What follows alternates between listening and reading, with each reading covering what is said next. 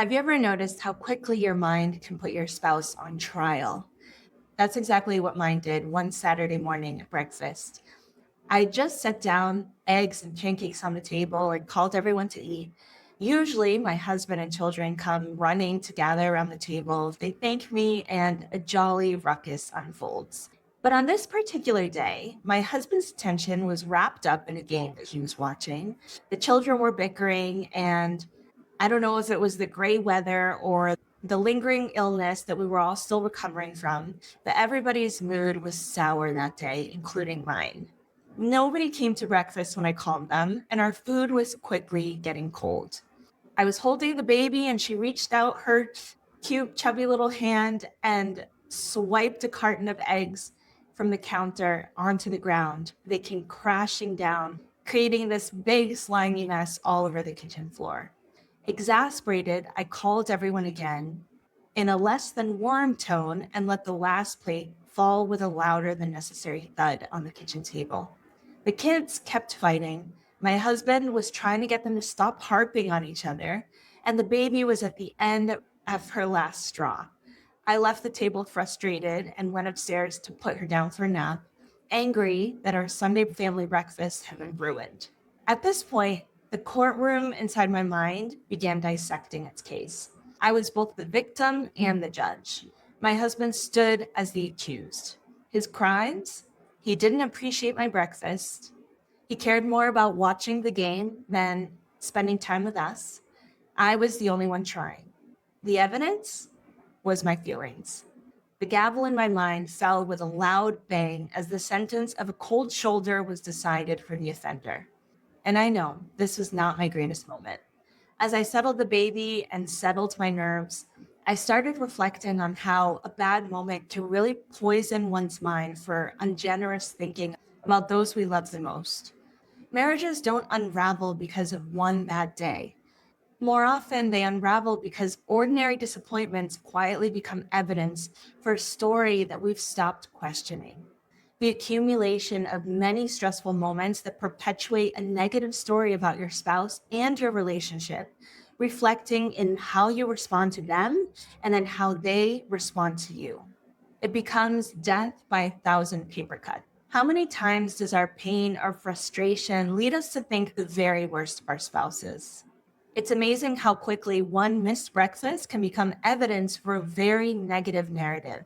When examined under the clear light of day, however, a far different story can often be found. The truth is often much more nuanced than he's the problem, and if he changed, then everything would be better. If you're able to zoom out and take a look at the larger picture, you might just find that not only are the negative stories you carry about your husband not the full story, but that there may be so much more hope for peace and joy within your marriage than you currently have. Our marriages aren't shaped only by our spouse's behavior. They're shaped by the meaning that we assign to that behavior. So that morning, as I rocked my darling to sleep, I asked myself, was it really his fault that our breakfast was ruined? Now, of course not. I was already exasperated because of the egg fiasco. The kids were already bickering. We were all tired and sick. My husband's delay in shutting off the game was just the final straw, making him the easiest target for my frustration, the perfect scapegoat. And so I flipped my negative story that he didn't appreciate the breakfast that I made to he is appreciative and very supportive.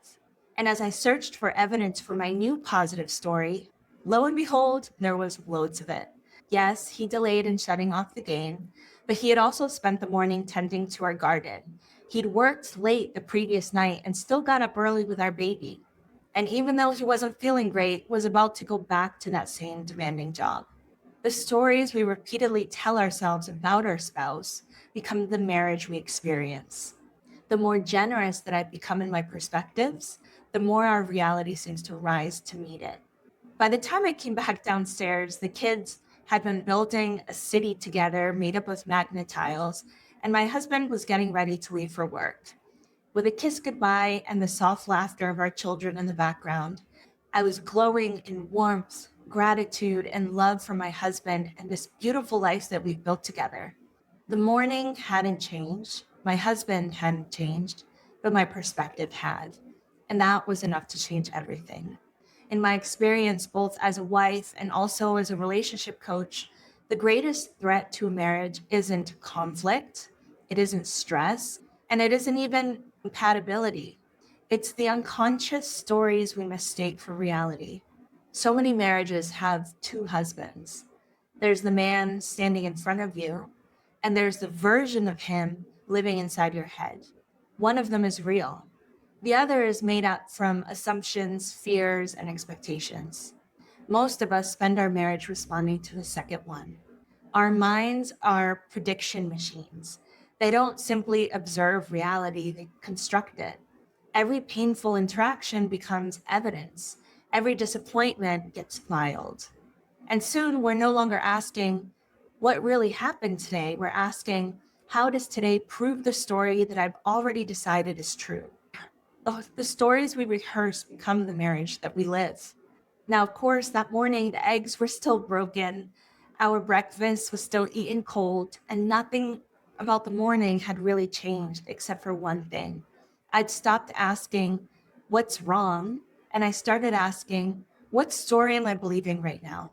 What's the fuller picture? And what would a generous perspective help me to see that I'm not seeing now? That question has changed my marriage more than any communication technique because it changed the person bringing herself into every conversation.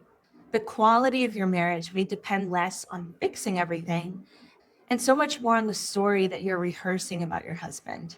Thank you so much for tuning in. And until next time, keep softening into love.